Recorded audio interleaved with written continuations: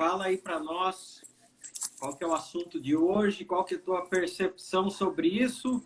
Lembrando, pessoal,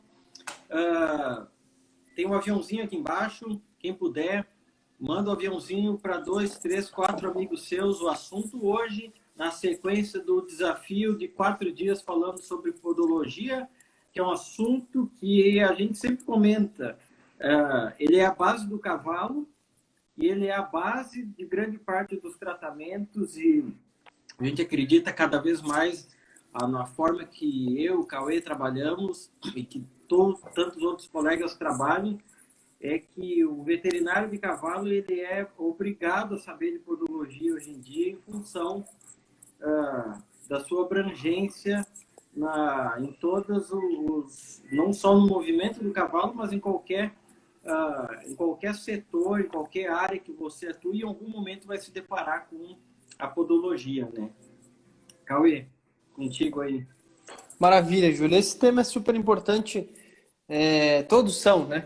Mas esse em especial a gente tem um certo carinho, porque por mais que a gente fale, comente sobre esse tema, vê outros bons, excelentes colegas, excelentes veterinários, excelentes ferradores tratando desse tema, a gente entende que há um universo de pessoas ainda que tem dúvidas sobre o tema de potros, principalmente envolvendo a correção de aprumos de potros, né? Certo. Porque é frequente eu recebo mensagens aqui perguntando foto do animal que está com 1 ano e meio, 2 anos de idade, com um desvio grave de joelho, um desvio grave de boleto, e o cara querendo alguma recomendação, alguma ferradura para poder corrigir o aprumo desse animal, né? E então, assim, por mais que pra gente, no nosso dia a dia, esteja muito claro, tecnicamente, e nas ações práticas, o que tem que ser feito, e quando tem que ser feito, qual o momento de fazer, como fazer ou não fazer, até que momento eu consigo mexer no casco, e depois eu vou precisar de uma intervenção cirúrgica, né? E aí eu vou precisar de um veterinário experiente em resolver. Mas a gente vê que para uma parcela importante das pessoas isso não é tão claro. E eu acho que é culpa nossa, né? Claro. Culpa nossa por não fazer encontros aqui como esses e também não divulgar e não falar mais sobre esse assunto, né? E também toda a culpa é nossa nessa parte de divulgação e de transmissão de experiência e conhecimento. Essa é a minha opinião. Mas sabe que agora que tu estava falando, eu lembrei que, assim, a base nossa, eu e o Cauê, a gente se formou no Rio Grande do Sul, a gente é gaúcho, e o Rio Grande do Sul tem uma criação muito forte, não só do cavalo crioulo, mas ele tem o principal centro de criação dos cavalos de corrida do Brasil são no Rio Grande do Sul. E o cavalo de corrida, ele é uma indústria, ele é extremamente profissional. E a nossa base de início de profissão foi nos aras, foi fazendo estágio em aras. Então, a gente trabalhou muito com potro. E você estava falando, eu, na verdade, hoje eu sinto muita falta de trabalhar com potro. Né? O que no passado foi a base da minha formação, trabalhar com potros, hoje é algo que a gente trabalha muito pouco.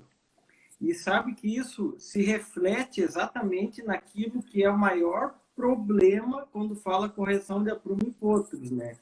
Que vão lembrar dos potros só depois que desmama eles, né? Ou muitas vezes só quando vai domar esse potro com 2 anos, 2 anos e meio. E isso é cultural, né? A questão de criação. Então, aquilo que a gente fala de correção de aprumo em potro, saber quando mexer e tudo mais, eu levanto a discussão de um fator importante é que muitas vezes o ferrador tem disposição de mexer nos potros, o veterinário tem disposição de orientar o que tem que ser feito ou de avaliar os potros para orientar se é caso cirúrgico, se é caso de tratamento conservativo, mas falta uma coisa, sabe o que falta? Manejo. Tá? Eu vou citar um exemplo agora, de pouco, ano passado, esse ano. Um proprietário, ele tinha 3 cavalos. Em questão de 1 ano, ele está com 30 cavalos. Aumentou quanto por cento o número de cavalos, mas o número de tratadores, de pessoal de manejo, não aumentou. Então, hoje, um grande problema quando a gente fala aprumo, imposto, pô, é muito lindo a gente falar aqui sobre como corrige, como faz, como isso, como aquilo, mas a questão é que a gente precisa de potros bem manejados na propriedade para poder realmente, primeiro avaliar e depois conseguir fazer os procedimentos de correção, né? Então, isso deveria ter mais veterinários, isso é culpa nossa, né, Cauê, como você falou, que a gente não incentiva muitas vezes tanto os proprietários a mexer nos potros, né? Mas quem trabalha muito bem com isso, por exemplo, o Carlão, que vai dar uma aula para nós na escola de podologia, ele incentiva os proprietários, ele faz um trabalho preventivo de avaliação de potros, não só de avaliação visual, mas de correção desses potros, de casqueamento desses potros. E, de novo, aquilo que a gente falou já nos outros 2 dias, né? Muitas vezes, nós veterinários, a gente delega essa função de mexer nos potros. Vai cascar os potros, dá para o ferrador essa função. E, muitas vezes, o ferrador fica numa sinuca de bico, que aí ele acaba tendo que domar esses potros antes de casquear, né? E isso é um problema... Pergunta aí para quem aí é ferrador que tá vendo aí, ó. Quantas vezes eles já pegaram um potro bem manejado para casquear, né? Uma vez na vida, né? Ou 2, né? Então... E até o bem manejado você vai precisar de 3 pessoas. Você vai precisar de 2 caras para te ajudar para agarrar e pelo menos um casqueando. Exatamente. Mas isso cabe a nós, começar essa difusão. Porque a prevenção começa com um potro já desde a avaliação inicial do primeiro dia de vida. Tu vai fazer alguma coisa no primeiro dia de vida do potro? Não, mas você vai avaliar esse potro desde o primeiro dia de vida, desde a primeira semana, porque a partir disso, você fazendo a avaliação semanal, você vai ter parâmetro para fazer alguma correção, parâmetro para mexer, qualquer parâmetro para você saber se aquilo é alterado ou não. Porque, óbvio, o potro, ele nasce sem tônus muscular nenhum, ele nasce com musculatura um pouco desenvolvida. Então, ele vai nascer com alguma alteração angular. Com certeza, ele vai nascer com o joelho para dentro. É o aprumo mais normal de um potro nascer e se manter nos primeiros dias de vida, né? Mas isso é o primeiro ponto de partida que a gente deve levar para as propriedades, para os proprietários, a avaliação desse potro desde a primeira semana. Segundo, de alguma forma, encaixar no manejo que esses potros devem ser manejados. E quanto melhor o manejo, mais fácil o procedimento, né, Cauê? Não, e os potros aprendem muito rápido, né, Júlio? A potrada aprende rápido, vai mexendo todo mês, 3 caras segurando firme aí faz 40 potros no dia, 50 potros no dia, né? Sim. Tendo um curral ali, um lugar para apertar e segurar a potrada, mesmo sendo extremamente selvagem, né? Lógico que é cansativo, né? Claro. Mas depois do primeiro mês, depois do segundo mês, a potrada aprende rápido Exatamente. E mais talvez do que corrigir a prumo, acho que mais do que pensando só nisso, no corrigir a prumo, é também o manejar desses animais, né? Isso. Porque depois vão ser cavalos lá na frente que vão ser mais fáceis de mexer, vão ser mais fáceis de você... Né? Ontem nós falamos sobre ferraduras terapêuticas, mas você imagina colocar uma ferradura... O ferrador colocar uma ferradura terapêutica no cavalo que não deixa mexer nos pés, não deixa mexer na mão direita, entendeu? O cara põe pela raça, pela garra, mas é um esforço inexequível, né? Às vezes não fica 100%, fica 95% por conta da índole do cavalo, né? Exatamente. E aquilo que a gente comenta do básico bem feito, do simples bem feito, serve na maioria das situações para os potros também. Porque entendeu, o potro, ele nasce, o casquinho dele, ele nasce com uma membrana protegendo, para não lesionar o canal do parto, né? Essa membrana se chama eponíqueo, uma membrana que protege o casco, cai nos primeiros dias, já cai. Então, uma das primeiras observações que você tem que fazer aí nos dias iniciais desse potro é que essa membrana ela fica aderida aqui na coroa do casco, protege todo o casco, né? E depois ela cai nos primeiros dias. Mas em função da pressão que ela deu aqui na coroa do casco, vai seguir uma linha semelhante a uma linha de estresse aqui no dorso do casco, né? Então, esse é um ponto inicial que deve ser avaliado. E segundo, assim, o casqueamento básico de potro que deve ser compreendido é o mesmo princípio de um cavalo adulto. Você tem a área mais larga do casco, você deve tentar equilibrar isso. Os talões você deve puxar para a região mais larga da ranilha, mesmo parâmetro que se usa em cavalo adulto, e uma grande diferença em função aí daquele eponíqueo que estava aderido aqui e saiu, a tendência do potro ele ficar com a pinça comprida.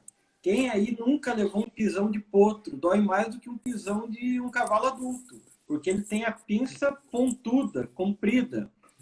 Então, muitas vezes, lá o Cauê lembra dos aras lá que a gente fazia estágio, muitas vezes a primeira coisa ali na primeira semana não ia tirar talão, não ia mexer nada embaixo aqui, ó. Só deixava a pinça quadrada. Ou se era muito grande, cortava levemente aqui com a torquês, ou se não, pegava a própria grosa e deixava a pinça quadrada, que era para o primeiro movimento aí do pivô de saída já ter essa facilidade, né? Porque, óbvio, um cavalo com a pinça comprida vai ter um pivô, um tempo de saída completamente diferente, o cavalo aí com a pinça arredondada ou quadrada, né? Então, esse é o princípio inicial. E isso não é isso aí não é novidade, isso está bem descrito na literatura. Então, isso aí não tem novidade nenhuma. Muitas vezes eu tenho certeza aí que o pessoal está aqui quer saber, mas como que eu corrijo? Antes tem que saber como que faz a base do dia a dia, né? Que é o feijão com arroz, né, Cauê? Eu vou te fazer uma pergunta, então, aproveitando que você está falando isso. Por que eu devo casquear os meus potros? Certo. Vamos lá. Primeiro, o crescimento do casco do potro, ele vai influenciar diretamente aí na questão do aprumo, principalmente a conformação distal desse animal. Segundo, deixa eu pegar aqui, ó. As linhas ósseas, aqui, ó, as linhas ósseas, por exemplo, o potro nasce, geralmente as linhas de crescimento da terceira falange já estão fechadas, né? E sucessivamente a segunda, terceira, boleto, carpo vão fechando com o passar dos meses ou anos. E por que a gente fala que é tão importante casquear os potros antes dos 6 meses de idade? Porque as epífises aqui distais de boleto e das falanges fecham antes dos 6 meses de idade. Então, é impossível você fazer a maioria. É impossível. É claro que vai ter exceções, tá?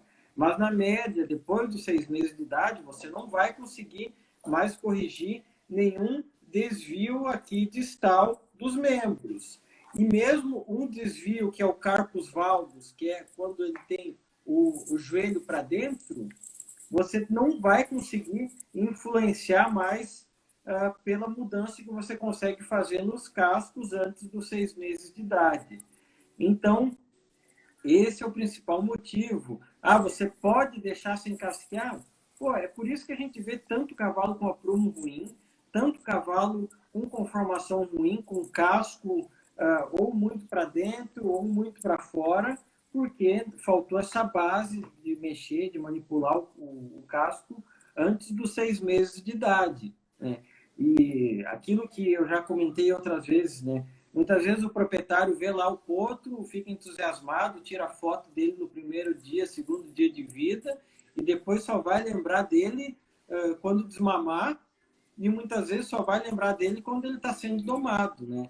Então ele é completamente delargado, deixado lá no manejo como se fosse da égua receptora e esquecem desse potro, né? Quando esse potro, ele nada mais é do que o futuro da propriedade, né? Então, o manejo do casco em potros, ele deve ser feito desde aí do primeiro mês de vida e a sua avaliação desde os primeiros dias, né? Porque, pessoal, de novo, esquece você tentar mexer em qualquer aprumo de potro depois de 6 meses de idade. Esquece. Eu sei que o teu vizinho falou que mexeu com 2 anos e melhorou. Sim, todo mundo vai ter uma história dessas para contar, tá? Mas assim, coloca na cabeça. Depois dos 6 meses, não tem mais como mexer ou não é mais seguro mexer, pura e simplesmente porque as linhas epifisiárias aqui do boleto para baixo já estão fechadas. Então, aquilo que está feito não tem mais como desfazer. Né? Então, esse é o grande princípio. E é o que a gente vai falar na escola de podologia.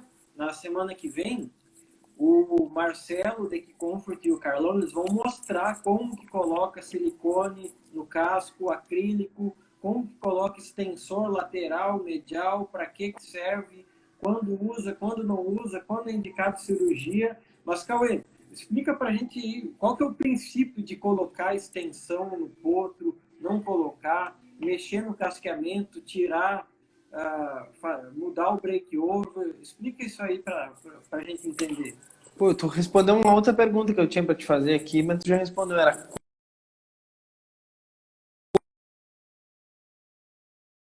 Tá travado. Não sei se é o Cauê ou é eu que estou vendo. Sou eu. Voltou, tá. voltou? Voltou. Beleza. Tu respondeu uma segunda pergunta que eu tinha para te fazer aí antes da que tu fez para mim, que era quando fazer. Né? Quando fazer. Então, acho que tu acabou de responder, né? É bom que ficar claro para quem não sabe o que são as linhas epifisiárias, são as linhas de crescimento. É onde é o local onde o osso tem margem para ele se desenvolver e esticar, tá? Então isso aqui são as linhas epifisiárias. Eu estou travando um pouco aí para você, né? Mas agora liberou, pode falar. Tá, isso que são as linhas epifisiárias, né? É muito mais complexo do que eu vou falar aqui, até porque a gente tem que entender, considerar o potro como um adolescente, né? E o adolescente, existem diferenças entre o macho e a fêmea, e existe diferença na linhagem genética do ponto de vista do pico de crescimento.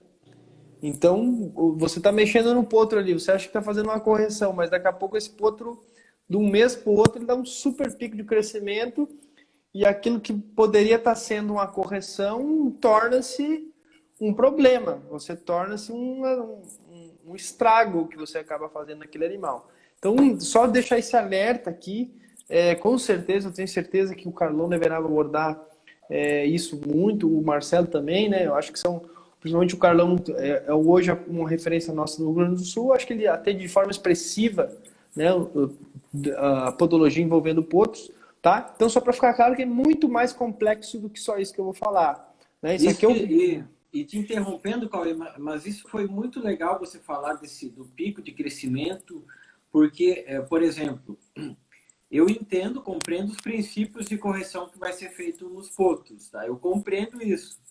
Mas eu não tenho experiência em mexer em potros. Entende isso? E aí que está a questão, que você vai, possivelmente, aí quem conhece as linhagens, tudo vai entendendo as propriedades, na verdade, porque muitos potros, o potro está sem ração. Ele, de uma hora para outra, o proprietário resolve suplementar com ração esses potros. Eles vão crescer mais rápido, né? Vai ter alterações, você tem que saber intervir rápido nisso também, para não inverter um potro, né? Você às vezes está corrigindo o potro que está para fora e dá um pico de crescimento, você esquece de ir na propriedade ou marcou de ir um mês depois, perdeu, né, Cauê? Com certeza. Eu devo cair aqui daqui a pouco, Júlio. Se eu cair, eu vou voltar, tá? Pode ficar, não fica assustado, tá? Então é só para a gente dar ênfase para quem está nos assistindo, que é bem mais complexo do que isso que nós vamos falar. E tem basicamente duas formas de você fazer isso. Uma é sem usar cola, né? E outra usando cola, usando a resina, né? Eu acho que o Júlio até vai fazer algum comentário aí, você deve falar alguma coisa do trabalho do Ograde, né? Mas, enfim, basicamente, os princípios se dão através do raciocínio de dois pivôs, né? Do raciocínio dos dois pivôs. Então, esses dois pivôs aqui são considerados a saída do casco, né? A saída do casco. Então, se um membro está posicionado dessa forma aqui, ó, né? Imagine dois cascos posicionados dessa forma, eu quero corrigir esse aprumo, ou seja, eu quero que ele fique para cá, ó, né? Eu quero trazer ele de volta para esse posicionamento. Nem vamos discutir aqui sobre musculatura de peito, isso aí tudo. Quem quiser aprofundar vai poder estar assistindo a aula no dia 7, aí ao vivo, né? Com quem faz todo dia. Né? A gente sabe, mas a gente não faz todo dia. Tá? Então eu preciso fazer com que esse casco gire. Como é que é a forma que eu tenho que fazer? Tá? Sem usar cola, eu consigo atrasar, eu consigo tirar um pouquinho na grossa aqui esse pivô, né? E aí esse pivô vai ficar mais rápido que o outro. Vai ficar mais rápido que o outro. O que isso quer dizer, Cauê? Na hora que ele for sair, o potro vai fazer esse movimento aqui, ó. Esse pivô lateral vai ficar mais rápido do que esse e naturalmente esse membro vai se reposicionando, né? E quando a gente usa cola, aí é o contrário, eu atraso esse pivô interno. Eu coloco a cola nesse lado medial, vou atrasar o pivô interno e o pivô externo vai estar mais rápido que o medial. Então é utilizando-se desse princípio dos pivôs, né? Não sei se você quer comentar alguma coisa daquele trabalho do Ograde, né? Não, eu acho que só para deixar bem claro, explica aí, por exemplo, um caso, carpus valgus, que é o joelho para dentro e o casco virado para fora, tá? Que é o mais comum. Mais comum. O que faz aí nos pivôs? Se tu for mexer só no casqueamento, por exemplo. Isso, se tu for só mexer no casqueamento, você vai tirar por fora. Você vai tirar só com a grosa por fora, fazendo com que esse pivô lateral fique mais acelerado. Então, se o lateral está mais acelerado, a mão vai mexendo. Na hora que o cavalo tira a mão do ar, ele faz esse movimento aqui, ó. Esse movimento faz o break-over. Então, o break-over lateral fica mais rápido do que o medial. E aí, naturalmente, esse membro vai se reposicionando, né? Reforçando aqui de novo para quem entrou depois aí, com certeza no dia 7 de dezembro nós vamos discutir isso, mas eu preciso respeitar a estrutura do potro. O casquear o potro não é só mexer lá no casco, né, Júlio? Exatamente. Não é só lá mexendo no casco. Exatamente. Tem uma avaliação do conjunto do potro. Muitas vezes tem uma avaliação da mãe, né? O Júlio participou de um trabalho que a gente fez, inclusive, com o Carlão aí, a gente ajudou. E a gente observou lá nos crioulos que os potrinhos tendem a ter o mesmo problema da mãe, né? Sim.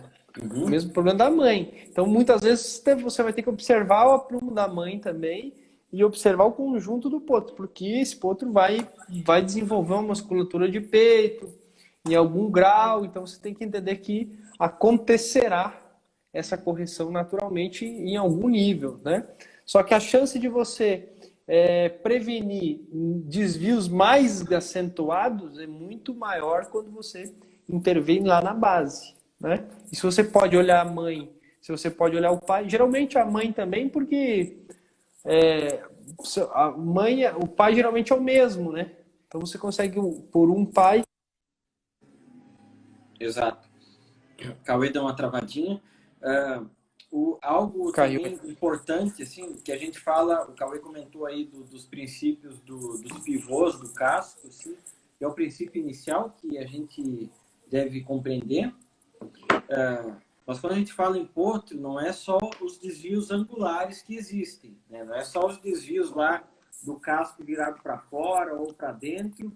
A gente tem, e talvez aí, ao menos assim, ó, o pouco que eu mexo com potro, o que eu mais vejo são os desvios flexurais, que são o quê?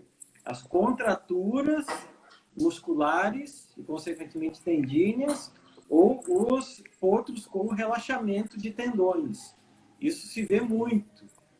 Isso aí entra em outra questão, está muito relacionado à gestação desse potro, a padrão nutricional que ele teve durante a gestação e também aí no início da sua vida. Então, a gente tem aí como intervir também nisso, só que aí entra também, e aí eu sei que tem vários ferradores, que aí é compreender o seu limite, né? Porque uma coisa é você mexer num desvio angular de nível leve, outra coisa é você começar a ver potros com desvios flexurais, que é o que é o desvio flexural.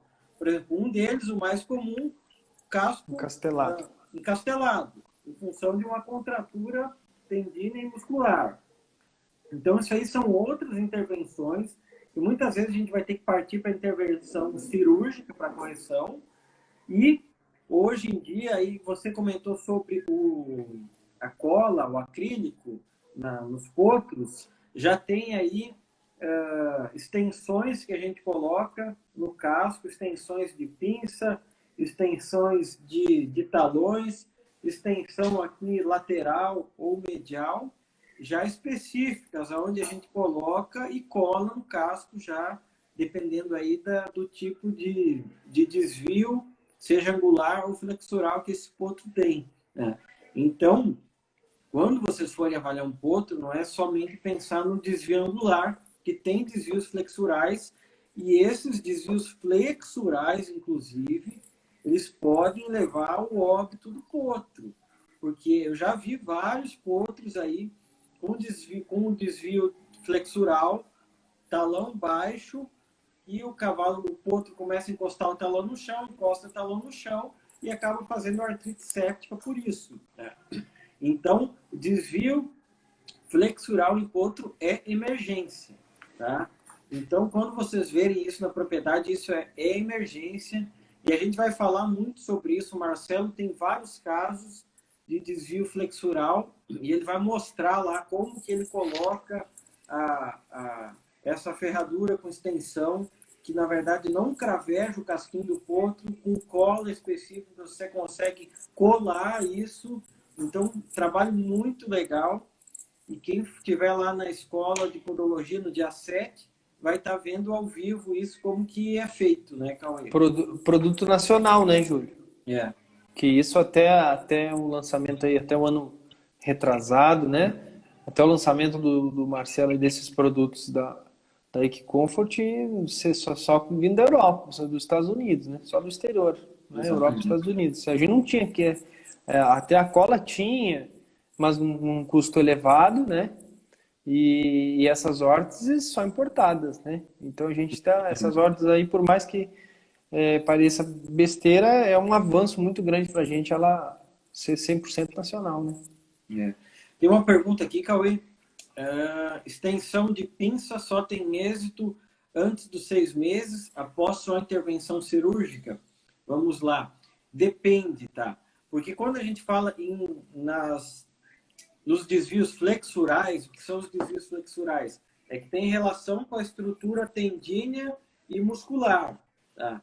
Então, eles não estão diretamente relacionados ao crescimento epifisiário. Eles estão aí geralmente relacionados a algum pico de crescimento que esse potro teve ou várias questões de cunho nutricional e metabólico, tá? Então, não necessariamente ele tem que esse vai ter a correção antes dos 6 meses, tá? Não necessariamente, tá? Mas é claro, se esse potro teve esse desvio flexural, ou seja, desde o primeiro mês de idade, você chegou lá com 6, 7 meses, vai tentar corrigir, possivelmente você não vai ter sucesso só tentando colocar uma extensão de pinça. Eu estou falando possivelmente, porque muita coisa pode acontecer, mas eu digo assim, por experiências que eu tive, se você deixar 6 meses para corrigir um desvio flexural como uma contratura que fica o casco encastelado, possivelmente só vai ser correção cirúrgica, tá? Então, por isso que eu disse que os desvios flexurais, do nosso ponto de vista, é caso de emergência, de você intervir rápido para tentar aí controlar, porque aí entra questão de tratamento clínico médico mesmo, hospitalar. Você vai ter aí algumas terapias que você vai ter que fazer, né? Aproveitando essa pergunta aí, Júlio, e aproveitando que não era o nosso objetivo, mas aproveitando essa pergunta, em relação aos desvios e flexurais, existem 3 momentos que a gente tem que atentar, principalmente pós-parto, né, de origem aí, talvez uma gestação ou um potro prematuro ou desmaturo, né, ou um potro que teve uma égua que teve uma gestação nutricionalmente ruim ou também nutricionalmente com excesso alimentar, foi muito bem alimentado, demais da conta. Potros grandes, né?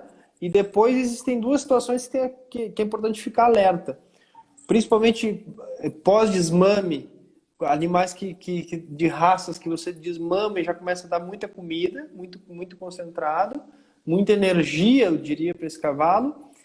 Ou outra situação que geralmente é o que acontece, né? Ali em torno de 1 ano e meio ou sobre ano, que a gente diz, né? 2 anos, quando tu recolhe esse potro de novo, como o Júlio estava dizendo, tu desmamou e esqueceu desse potro. Aí tu vai lá e vai recolher ele, vai fazer um vermífugo nele, vai tosar e cocheira nele, que é para ele ficar redondinho, né? Então essa é a outra situação que costuma dar problema também, né? Em relação a essas deformidades flexurais que o Júlio está falando aí. Isso. E outra questão, quando a gente fala de correção em potro, com uso de extensões ou uso da própria técnica, só mudando aqui os pivôs no casqueamento, é que, por exemplo, chega a um determinado ponto, eu entendo que clinicamente é caso cirúrgico.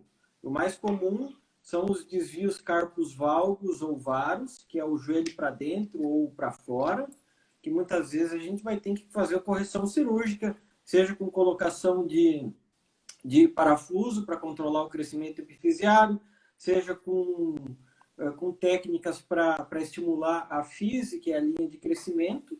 Mesmo assim, andam junto as técnicas. Isso o Carlão vai falar com autoridade na aula dia 7, o Marcelo também, porque sempre, geralmente associado às técnicas cirúrgicas, você vai fazer alguma técnica para facilitar esse movimento, essa dinâmica do movimento lá no casco, né? Que influencia diretamente, né? Então, procedimento cirúrgico que vai ter que, em alguns casos, acaba tendo que ser realizado, não exclui as técnicas que você vai fazer no casco, só que aí você vai abordar de outra forma, né? Exatamente. Tema importante, né? Eu ia te perguntar aqui sobre o impacto na vida atlética do cavalo. Eu sei que você vai dar uma resposta, mas eu refleti aqui sobre essa pergunta que eu estou te fazendo, porque na minha opinião acho que o mais importante, também não menos importante, mas eu entendo que pro psique do potro, o manejar ele mensalmente vai trazer reflexos lá na vida adulta dele muito maiores do que só o casco, né? Sim. Só o sistema locomotor dele, só o casco dele, né? Porque isso aí, porque todo mundo que tem um cavalo ruim de mexer no pé, ou ruim de mexer na mão, esse cavalo é sempre ele já é discriminado lá no Aras, né? Sim. Aquele cara, o ferrador tem que se preparar o dia inteiro, amanhã, ou já começar nele, já vou começar nesse problemático aqui, que é para resolver e aí entra na discussão das sedações, né? Sim. Entra na discussão das sedações, né? Uhum. Porque, inclusive, até esses tempos a Associação Americana de Ferradores estava levantando alguns índices elevados de acidente com ferradores durante o trabalho, e boa parte desses acidentes tinham relação com a sedação dos cavalos. Porque então, exatamente. Isso foi legal, não tem nada a ver com a discussão de potro, mas foi legal você ter levantado, né? Lá nos Estados Unidos, eles têm uma visão de negócio e tempo é dinheiro, tempo é dinheiro. Então, o cavalo começa a se mexer um pouquinho mais, o cara chama de seda. Né? E diferente, muitas vezes, tipo, eu evito o máximo, tem que sedar um potro ou um cavalo para manipular o casco, a não ser um procedimento cirúrgico, algo muito assim, que realmente eu precise ali de uma sedação, caso de laminite, algo assim, mas no dia a dia, infelizmente, isso nos Estados Unidos acontece muito, né? Mas você perguntou dos potros, o impacto assim na vida. Vai influenciar diretamente, né, a sua vida atlética e principalmente o seu status articular, né? Porque esses desvios aí, ó, consequentemente, vão levar a um desequilíbrio, vão levar a uma tensão maior ou menor em algum dos lados da articulação ou das estruturas de tendões e ligamentos, né? Então, e tem vários trabalhos, principalmente em cavalo de corrida, que isso é bem documentado, né, comprovando isso. É claro que tem as exceções, que tu pega o cavalo secretariat, que era completamente torto e ganhou todas as corridas. É claro que tem as exceções, mas na média, como tenho plena certeza de afirmar isso, dos desvios de aprumo, você vai ter uma vida útil articular muito menor, você vai ter um cavalo com mais problemas articulares, você vai ter uma tendência de ter cavalo com mais problemas de estruturas de tendões e ligamentos, porque a forma do impacto vai ser diferente, né? Então isso vai influenciar diretamente, né? E aí vamos pensar no bolso do proprietário, né? O proprietário economiza de não ter alguém manejando os potros lá quando novos, né? Mas depois esse mesmo potro que não foi manejado, igual o Cauê falou, pô, ele vai primeiro, você vai ter o dobro de trabalho para domar ele, para acostumar ele a pegar o casco, a manejar o casco. Segundo, se são animais que têm desvio muito grande de aprumo, aí começa que vai ter que ter ferradura diferente, com palmilha, com isso, com vários artifícios, que aí você vai estar gastando o dobro de um ferramentamento normal, simples, né? Muitas vezes por ter optado em não mexer nesse potro quando jovem. Então tem tudo isso. Eu vejo assim, o que nós como técnicos veterinários, a gente tem que estimular aquilo que a gente fala, a prevenção do cavalo passa e termina muitas vezes no casco. Então, é uma forma de prevenir, o manejo sanitário dos potros não deve ser pura e simplesmente você avaliar o potro, curar o umbigo e vermifugar ele e vacinar, né? Tem que passar também pelo casco. E isso que você falou aí, essa compreensão aí dos pivôs, do casco, daquela manipulação. Potrinho novo, você vai só tirar a pinça, o padrão do cascamento é o mesmo. Tudo isso é os princípios básicos que você pode adotar nos potros, na propriedade. E aí, claro, você vai ter que ter alguém com experiência ou treinar alguém, aí o veterinário, a compreender, a avaliar esses animais para poder aí sugerir quais são os manejos que vai fazer, se vai ser tratamento cirúrgico, se vai ser só com casqueamento para conseguir corrigir esses aprumos, né? Outra questão importante aqui, o bom da internet é o seguinte, a gente não precisa ser hipócrita, né? Porque é óbvio que a gente entende que há uma questão cultural, o Júlio vai saber responder melhor do que eu vou perguntar.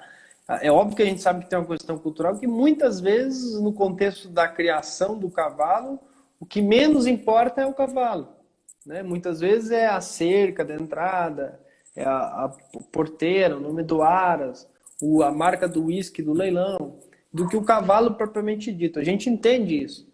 Agora, aí vai o recado aqui especialmente para o ferrador também, mas mais para o veterinário, né, para o técnico. Cabe a nós transmitir o quanto passar os valores dos gastos, né, os valores dos business, né, não levantando só essa bandeira, né. Se você tem um proprietário que gasta muito com você e não se preocupa muito com o que você está gastando, tudo bem, se isso é importante para você. Mas quando você vai passar um relatório, quando você vai passar uma informação do business, inserir esse processo do casqueamento do potro, eu entendo que é mais água mole em pedra dura, é mais um artifício, é mais uma coisa de venda do que propriamente o cara aceitar. Porque hoje os proprietários, a gente até comentou isso aí, hoje os proprietários entendem, os proprietários hoje têm acesso a Google, gente, têm acesso a YouTube.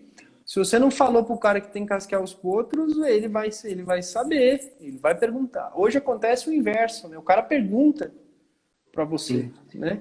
Então, eu acho que é mais uma adaptação do técnico ou propriamente do ferrador, e aí, de novo, aí reforçando a importância da união do ferrador com o veterinário. O veterinário é mais aqui um veterinário aproximado dessa categoria, né? Porque todos os ferradores que a gente conhece, a gente não tem problema nenhum de relacionar com o ferrador. Você encosta no cara, o cara está aberto a discutir, né? Desde que você esteja capaz de ouvi-lo, né? Então, acho que o veterinário aproximar desse profissional ferrador e, em conjunto, solidificar e incorporar isso na propriedade, né? Uma propriedade com 60 potros, o cara resolve num dia. Sim. Se tiver 100 potros, são 2 dias de trabalho, né? Sim. 2 dias de trabalho, você resolve.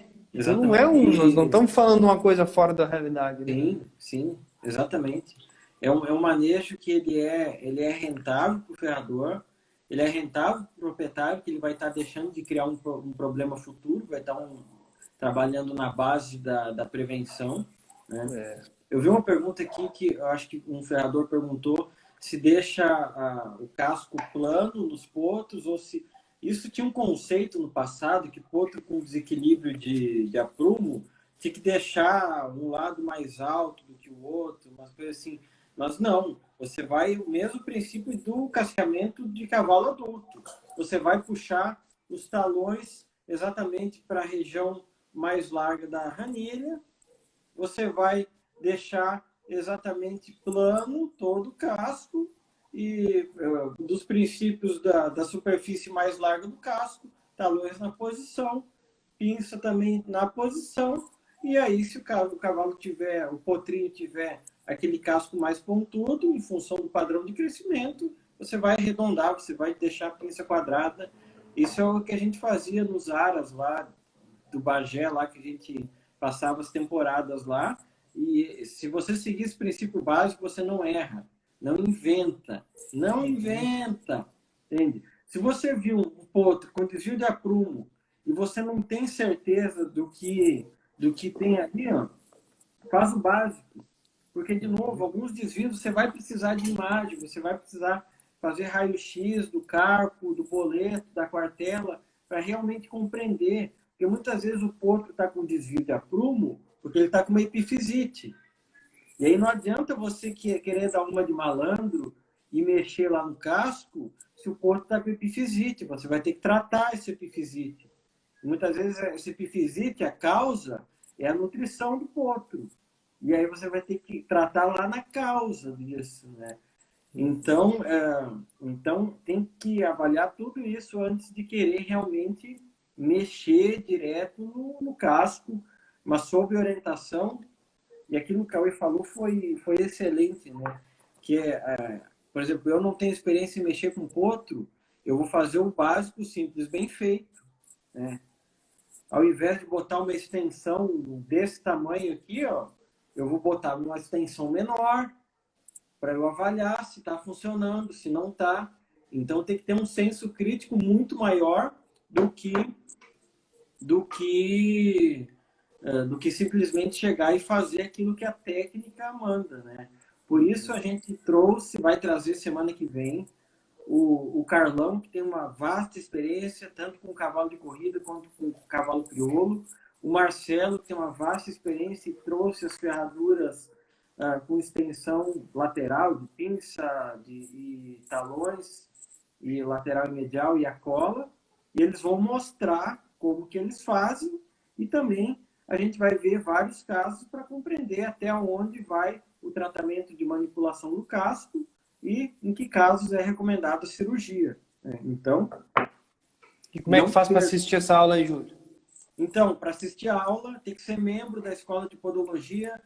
Tem no nosso link na bio, tem lá pô, tá R$ 39,90 por mês. Se tu não tiver R$ 39,90 por mês, realmente planeja aí no teu orçamento, que isso entra no orçamento da grande maioria dos veterinários, estudantes e ferradores, e você vai ter acesso lá, a gente manda o link ao vivo pelo Zoom, você vai poder discutir, trazer o teu caso, se tiver algum caso, leva lá que a gente discute na hora. Então, realmente, esse projeto aí a gente quer fazer parte da vida do ferrador e dos veterinários que querem manejar cavalos, querem trabalhar com ortopedia. Isso aí é base. Quem pode participar, Júlio? Todo mundo. Pode. Hoje em dia, pô, esses dias vieram, pô, Júlio, mas o proprietário também pode participar. É muito melhor o proprietário aprender dentro da nossa plataforma da Escola de Podologia do que aprender por vídeo no YouTube. Vocês não acham? Porque hoje em dia, eu falo, se você souber digitar as palavras certas no YouTube, você sabe fazer qualquer procedimento. Tá? Se você for um pouquinho mais ligado e souber falar inglês, você não precisa mais ir para a escola de veterinária. Lá tem tudo. Lá tem tudo. Você não precisa mais fazer curso nenhum. Então, por isso a gente convida aí quem é proprietário também. Vai lá na escola de podologia que você vai aprender o certo. Né? Não vai aprender somente baseado nos vídeos do YouTube ou aquilo que você vê no Google. Né? Então, esse é nosso intuito. É que realmente todo mundo possa participar, compreender, aprender e discussão de alto nível. A gente trouxe, em menos de 3 meses da escola, a gente trouxe o O-Grade, que é uma das maiores unidades de casco de podologia no mundo. A gente trouxe o Hans Casteljins, que é indiscutível na Europa um dos maiores veterinários ferradores. E tudo isso por R$ 39,90. Então, pessoal... Tá barato, hein? Oi? Tá começando a ficar barato, hein? Tá barato, né? Vai ter que começar a aumentar esse negócio aí. É muito barato mesmo. Perguntou se as aulas... Sim. Perguntou se as aulas anteriores consegue assistir. Sim. Esse que é o legal da plataforma, que fica tudo gravado, né? Então, pô, a gente sabe que 8 horas, muitas vezes, para o ferrador é horário de serviço. Para o veterinário também. Então, tudo fica gravado. Você pode ver pelo celular, pelo computador, pode ver, rever, quantas vezes você quiser.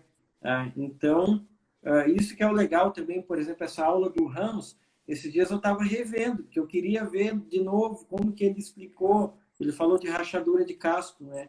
Então, isso que é o legal, que não é só ao vivo, e aquilo que já foi gravado, você pode ver quantas vezes quiser. E aí, com certeza, vai ajudar aí na tua formação, no teu dia a dia. E aí, de novo, eu sei que a maioria de nós não é tão ligado na tecnologia, mas se você tiver o telefone, você baixar um aplicativo da plataforma, você consegue ver as aulas, inclusive, sem internet. Então, se tu tá lá no meio do fim do mundo e você quer, às vezes, tirar uma dúvida sobre, sei lá, como que eu corrijo esse potro, você pode ver a aula lá no meio do fim do mundo sem internet, se você baixou pelo aplicativo. Então, é muito legal isso. E, Cauê, a gente aguarda quem quiser fazer, se tornar membro da Escola de Podologia, semana que vem, dia 7. Isso, a assinatura vale por 1 ano, depois renova, porque a gente vai ser o Netflix da Podologia Equina. A gente vai ter muito conteúdo lá, sempre renovando conteúdo. E, Cauê, hoje eu estava pensando do quanto a gente fala de diagnóstico, né? E muitas vezes a gente fica falando diagnóstico, só o raio-x, e a gente tem que compreender que isso não é só o raio-x de casco, a gente tem ultrassom, termografia, venografia, ressonância magnética. Por isso eu me comprometi, eu vou dar uma aula de ressonância magnética de casco, que eu quero que você, ferrador, você, veterinário, você, proprietário, compreenda os princípios do diagnóstico de ressonância no casco. A gente vai falar, mas eu não tenho ressonância. Não tem, mas você vai poder pensar e compreender. Hoje em dia, eu não tenho ressonância, mas eu penso também como que pode ser esse meu diagnóstico baseado nas experiências de diagnóstico por ressonância. É isso que a gente quer levar, porque isso vai melhorar o teu diagnóstico. Perguntou se aula uma vez por semana. A aula ao vivo é uma vez por mês, mas tem aulas gravadas, tem um conteúdo programático de anatomia, fisiologia, biomecânica, avaliação de aprumos, raio-x, mapeamento de casco e por aí vai. Então tem lá, sei lá, deve ter umas 20 tantas horas de conteúdo já gravados e aula ao vivo todo mês. Para se inscrever, você vai lá na bio, que é lá a página inicial minha do Cauê, tem um link, clica lá. Se não, se liga nos nossos stories agora que a gente acabar aqui, que a gente vai ter um linkzinho, é só tu clicar no link, que aí é só se inscrever lá. Pô, R$ 39,90 por mês, isso aí dá aí qualquer economia que você fizer básica, você consegue ter, quase cair da cadeira agora, você consegue ter acesso à plataforma, né, Cauê? Show de bola, show de bola. Acho que é isso, né, Júlio? Isso aí. Amanhã Maravilha. a gente tem mais um dia do desafio e a gente quer trazer uma lesão que é a mais comum de quem trabalha com casco, que é abscesso de casco, broca. A gente vai falar aí de alguns casos, como que a gente chega ao diagnóstico clínico, como a gente pode abordar. E que quase todo dia pergunta aqui como fazer. Exatamente. Exatamente. E também mostrar que muitas vezes o pessoal pensa, pô, mas broca é tão simples. É tão simples que eu já vi vários cavalos morrerem por causa de broca, Cauê. Morrerem por causa de broca. De tão simples que é. Tá?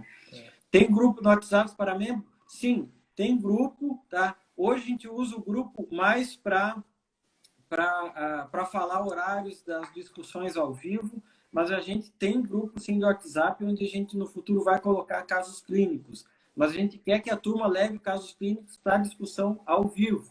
Tá? Uhum. Show de bola. Aí, então, Cauê, Júlio, boa noite. Obrigado, um abraço. Obrigado, pessoal. Boa noite para todo mundo. Amanhã aguardamos vocês aqui, nesse mesmo horário, às 8 da noite, falar sobre abscesso de casco. Isso. Obrigado aí quem ficou até agora. Tchau, tchau.